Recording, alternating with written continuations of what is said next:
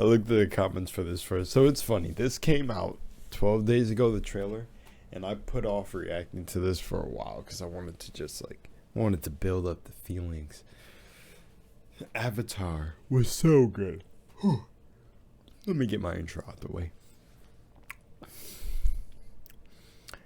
Welcome back to another day in the Matrix. Guys, bend reality, bend time, and twist it in your ways, in your wills, and control fate, control destiny, and break the Matrix in so many cool ways, and just be yourself, because authenticity wins at the end of the day. Love you guys. If you enjoy, subscribe. If you enjoy that message right there, subscribe, because, man, that's what I live by. I'm so fucking intense. Back to Avatar, The Way of Water. Okay, so here we go. We got Avatar. I put this off because I was like, this needs a special day when it's ready. It needs to marinate. And I think letting it marinate for 12 days is good. It's good.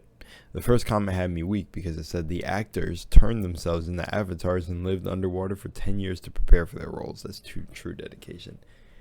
And then, of course, the comments under it were, bro, that's impossible. It's CGI. Also being sarcastic. I fucking love it. And then the last one that just made me laugh was, it was just like an unfolding of shit. It was just like cringe.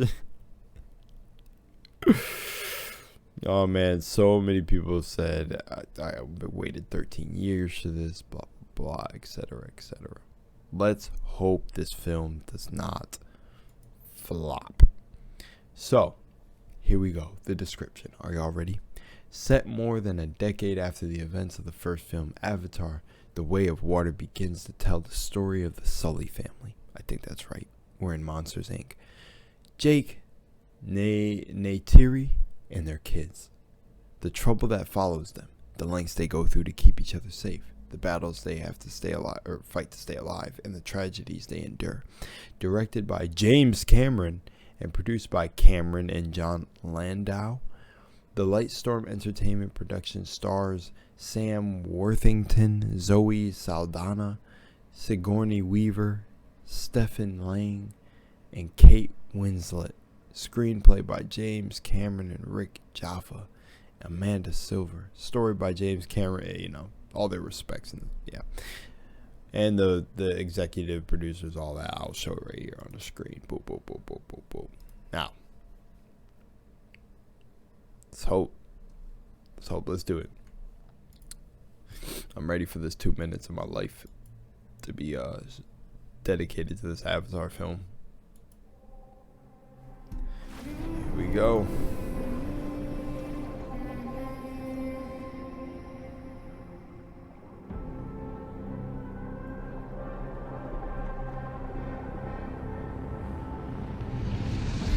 Okay. It's okay so far from this.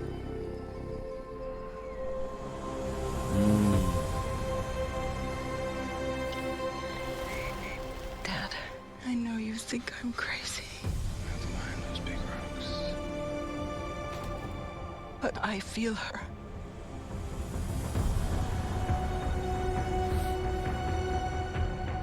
I hear her heartbeat. She's so close.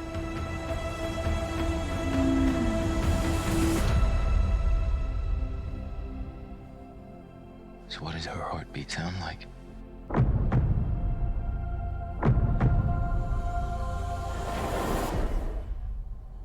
Mighty.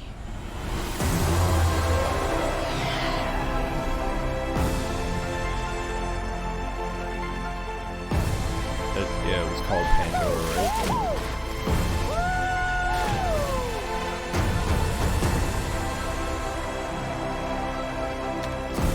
We cannot let you bring your war here.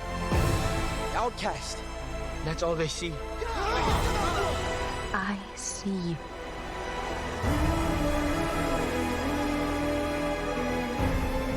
The way of water connects all things. Before your birth and after your death. This is our home! I need you with me. And I need you to be strong.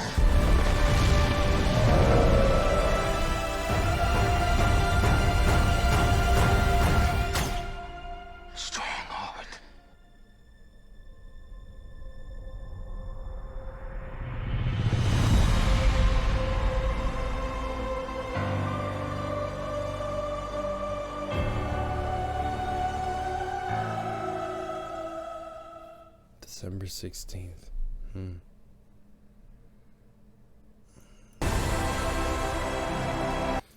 So I was thinking of such funny stuff to say when it first.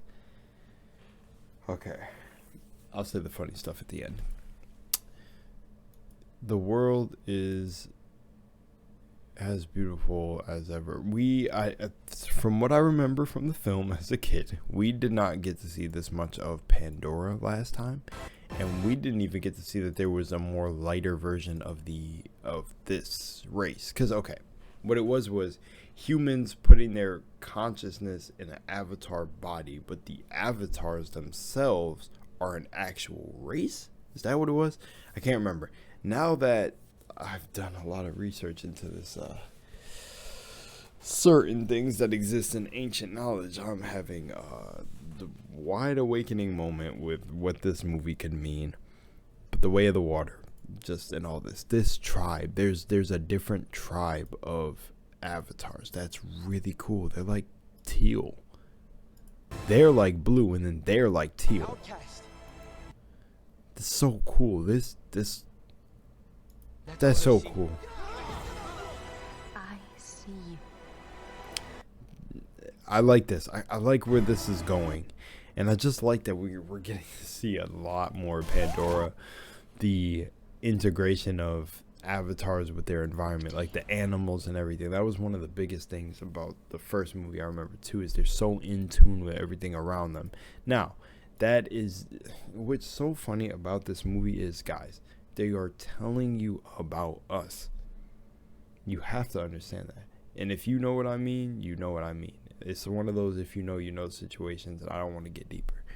But they're not showing, they're not doing this by accident.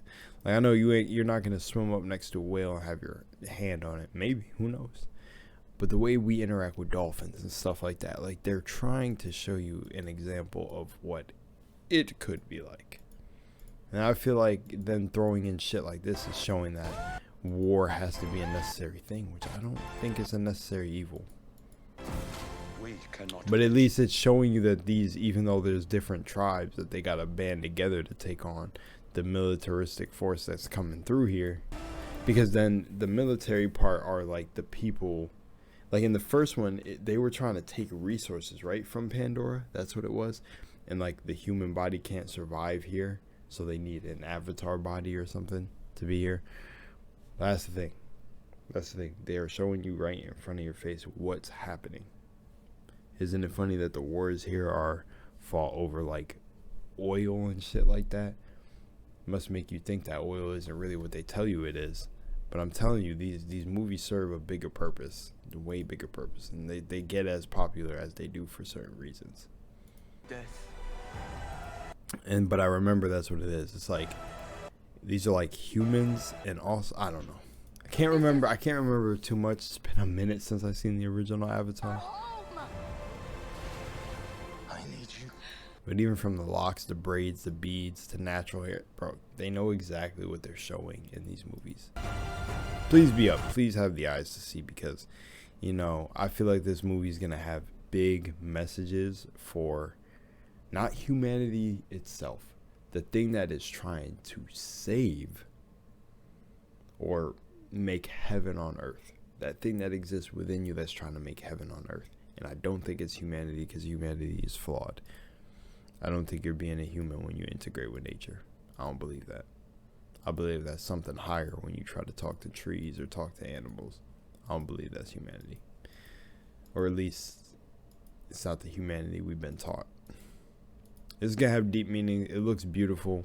I love seeing Pandora. I love seeing their integration with nature. I love like seeing them frolic through the forest and not have to be scared. It's almost like they're educated on their environment. See? It's beautiful. It's really beautiful. I love it. I love like the long hair and the hair, like the outfits on them, the tattoos on them, or like the markings, the unique markings with this group. I swear it's just beautiful. It's gonna be dope. It's gonna be dope to see. But I'm really hoping the story, like, they really follow off the first one, and then it kind of makes sense, so this doesn't flop.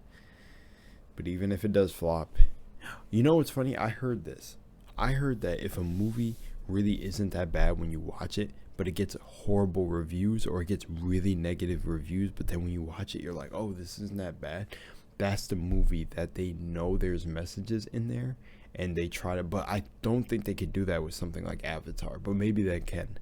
Maybe there, I can't think of titles of movies or names that were super big when they came out, or like before they came out. They were coming out that when they came out and people went to see it, it got such bad reviews.